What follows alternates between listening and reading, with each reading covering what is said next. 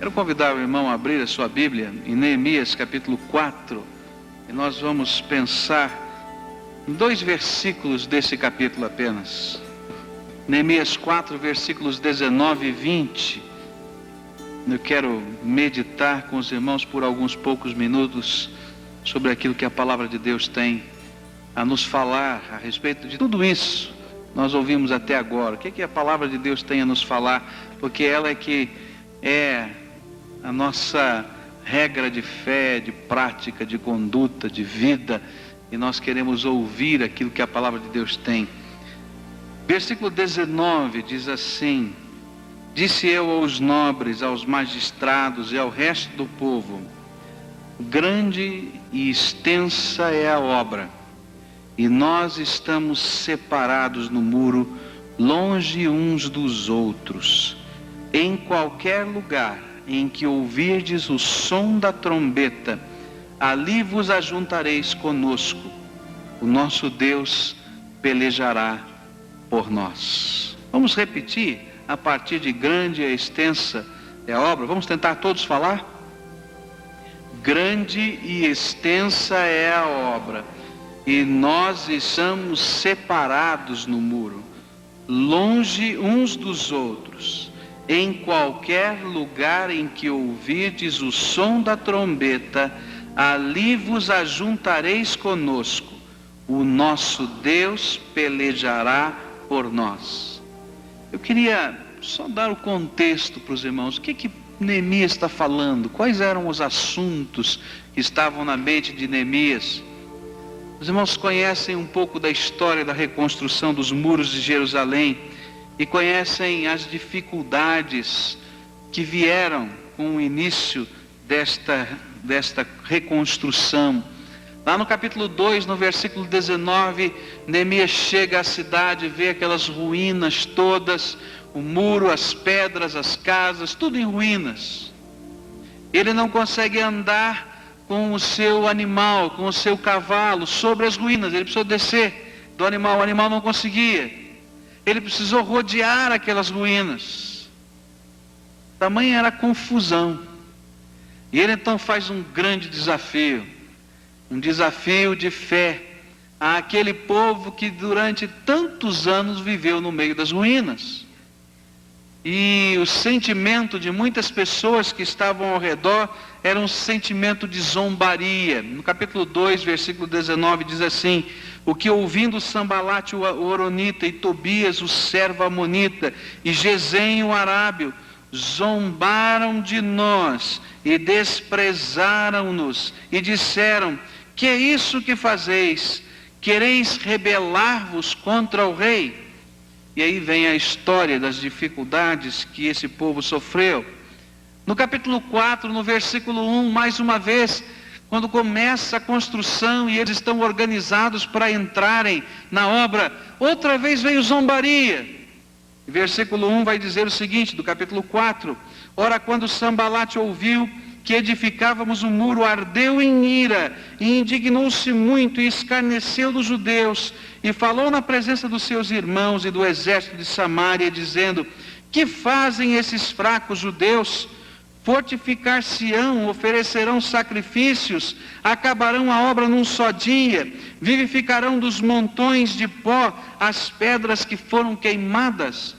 Por trás havia um toque de cinismo muito grande. E ele estava dizendo mais ou menos o seguinte: você acha que esse povo vai construir esses muros com oração, com sacrifícios, de louvor a Deus, com cânticos? Você acha que esse povo vai conseguir construir essas muralhas, fazendo com que elas ressurjam do pó da destruição? Será que eles vão conseguir, no prazo que eles têm, fazer o que precisam fazer? Em um dia vão fazer tudo isso. Esse era o clima. Mas no capítulo 4 há uma inversão muito grande. Deus começa a mostrar o seu poder.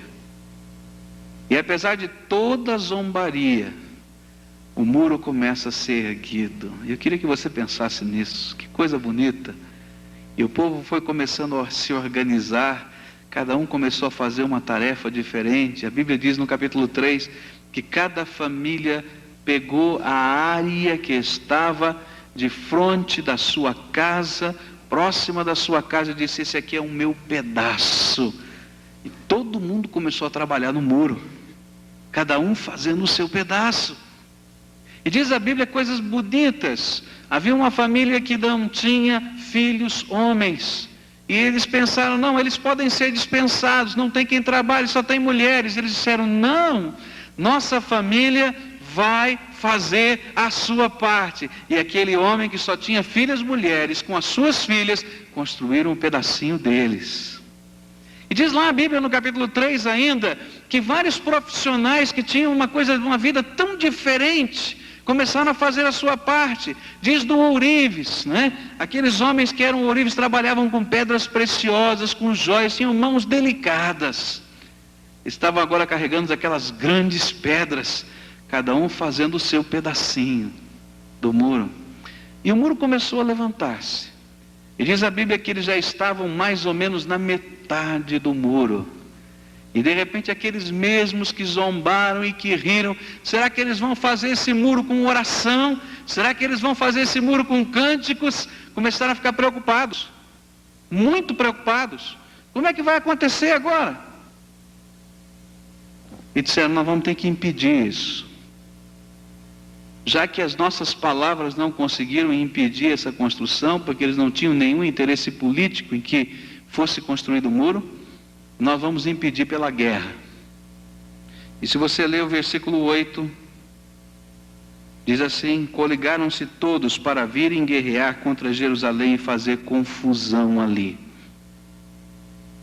Se você ler o versículo 11, e os nossos inimigos disseram: nada saberão nem verão, até que entremos no meio deles e os matemos e façamos cessar essa obra.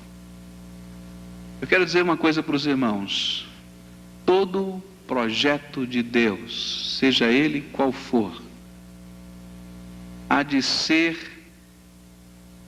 meta do inimigo espiritual das nossas vidas, que é o diabo, tentar impedi-lo. Pode ser dar uma xícara de café para uma pessoa que está com fome. Você vai ouvir a voz do inimigo dizendo: olha, não faz isso, está cheio de bêbado nesse mundo, você não sabe para onde vai essa xícara de café. E ele usa mais ou menos essa técnica, a técnica da zombaria, da crítica, da palavra, mas a técnica às vezes da oposição. E esse era um momento que os israelitas estavam vivendo. Era um momento muito especial. E então é nesse contexto que o povo foi tentado a desanimar. E no versículo 10 você vai encontrar a música que eles cantavam. E então disse Judá: desfalecem as forças dos carregadores, e há muito escombro, não poderemos edificar o muro. Esse era o comentário. Será que a gente vai conseguir? Metade pronta, mas será que a gente vai conseguir? Olha, tem tanto para fazer ainda, como é que vai ser? E esse foi o sentimento. E era necessário que Deus começasse a mexer nas estruturas do coração do povo.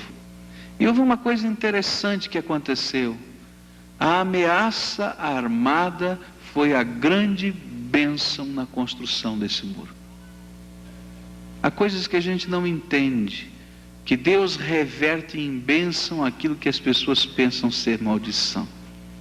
E naquele instante, quando eles começaram a perceber que o muro era questão de vida ou morte, na defesa das suas famílias, porque eles estavam completamente à mercê do seu inimigo. Os inimigos que estavam em volta podiam invadir a cidade a qualquer tempo. Eles já tinham metade pronta. E então eles tomaram um novo ânimo e continuaram a construir mais rápido. Deus tem uns negócios diferentes para mostrar para a gente o que é realmente valoroso do seu ponto de vista. Porque às vezes não nos é no nosso ponto de vista. E Deus começa a mostrar o valor, porque Ele tem uma visão muito mais ampla do que nós temos. E então vem o versículo que nós queremos pensar por um minuto agora. Reúne Neemias o povo e diz: grande e extensa é a obra, e nós estamos separados uns dos outros, longe uns dos outros, E em qualquer lugar em que ouvirdes o som da trombeta, ali vos ajuntareis conosco. O nosso Deus pelejará por nós. Eu quero dizer para os irmãos agora alguns sentimentos. É tempo de união. Eu quero dizer isso para os irmãos. É tempo de nos unirmos diante dos projetos de Deus. Eu não tenho dúvida de que estamos trabalhando. Eu não tenho dúvida de que temos várias frentes de trabalho. Eu sei que nesta hora alguns irmãos estão lá no presídio pregando a palavra de Deus. Eu sei que nesta hora nós temos 12 outras frentes evangelísticas que estão reunidas e parte do nosso povo está lá. Eu tenho certeza de que nós temos projetos sociais lindos, que nós temos projetos missionários lindos, que nós temos projetos sensacionais, estamos realizando. Tenho certeza que todos eles precisam continuar, e vão continuar, e vão crescer na sua intensidade. Mas há uma hora em que a trombeta soa e que a gente tem que se unir, porque senão perde a batalha. Essa era a visão. Todo mundo trabalhando, todo mundo fazendo a sua parte, todo mundo exercitando aquele desafio. Mas na hora que a trombeta soasse, e o trombeteiro ficava do lado de Neemias, e se tocava aquele som e podia se ouvir em toda a cidade, todo mundo largava tudo, pegava a sua espada, pegava a sua lança e formava o batalhão. Porque disso dependia a vida deles. Eu creio que na visão que Deus tem nos dado, não importa quão longe nós estejamos, mas agora é hora de todo o povo de Deus se unir e dizer: olha, nós vamos terminar esta obra que Deus nos deu.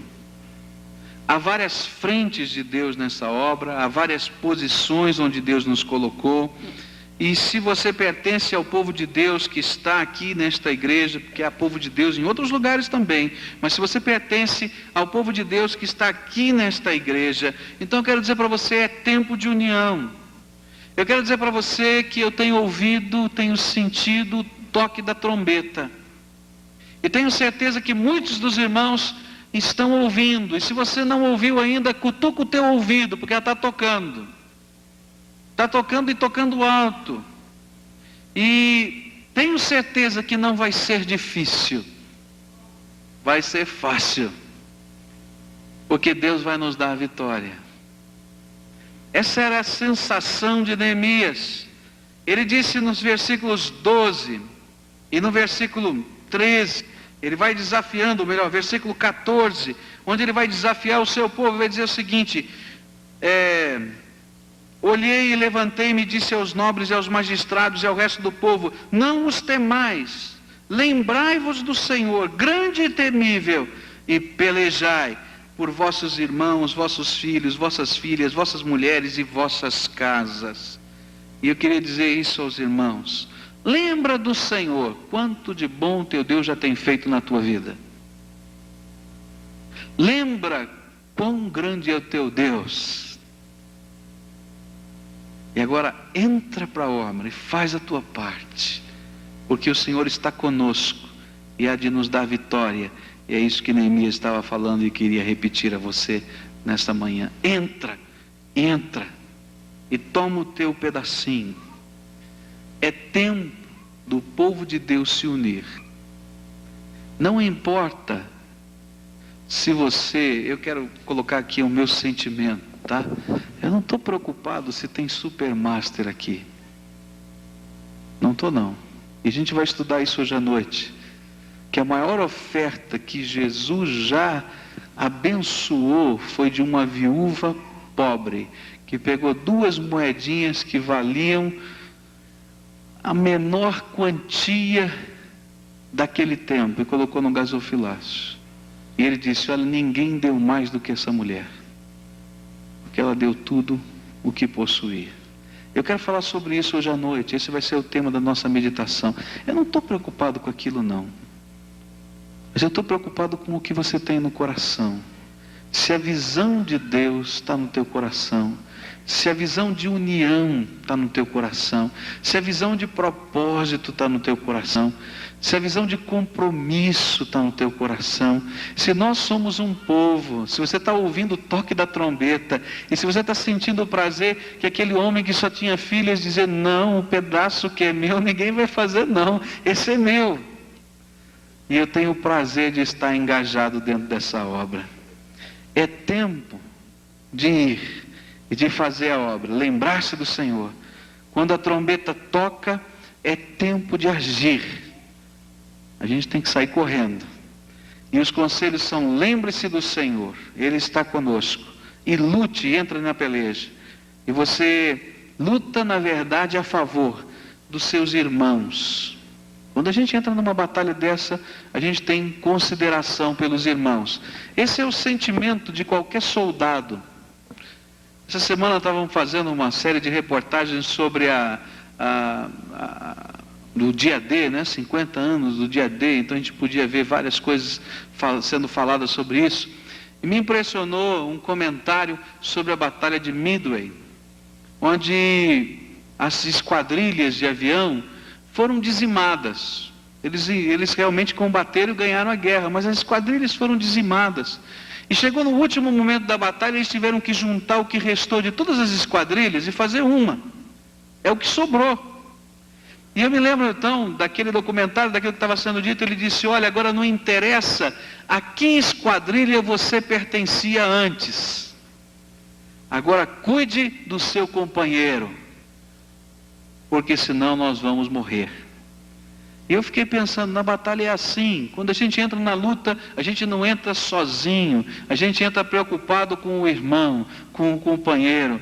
E quando nós dividimos os esforços, nós fazemos a mesma coisa. Eu tenho a minha parte, você tem a sua, nós vamos estar juntos. E um vai estar cuidando do outro, e um vai estar ajudando o outro.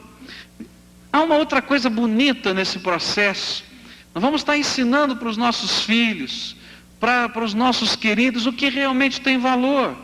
Eu ouvi essa semana um testemunho de um dos pastores desta igreja que trabalha numa congregação nossa, e ele dizendo sobre o momento da entrega dos dízimos e das ofertas, e que ele tem vibrado com aquele momento, uma congregação bastante pequena, e ele tem dito que a família inteira vai para entregar os dízimos, que ele tem ensinado assim, então que pega o dízimo, o pai, e divide igualmente, um pedaço para a esposa, um pedaço para cada um dos filhos, e cada um vai com o seu envelope e entrega e consagra. A família inteira, porque esse não é o dízimo só dele, é de toda a família, todos estão juntos naquele projeto.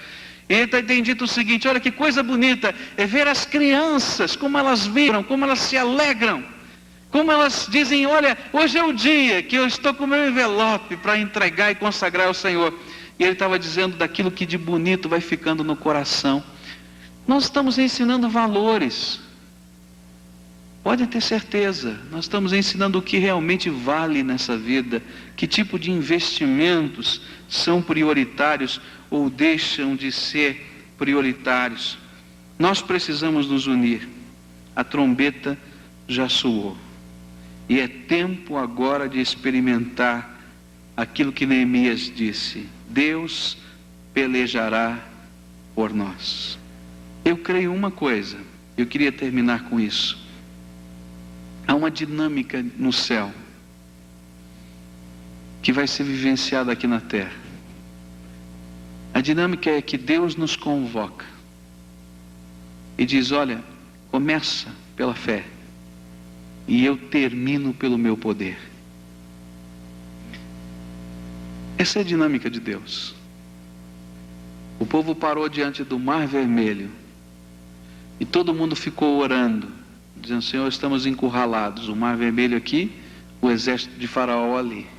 E agora? E a mensagem do Senhor a Moisés foi, diga ao povo que marche. Marchar para onde? Para dentro da água.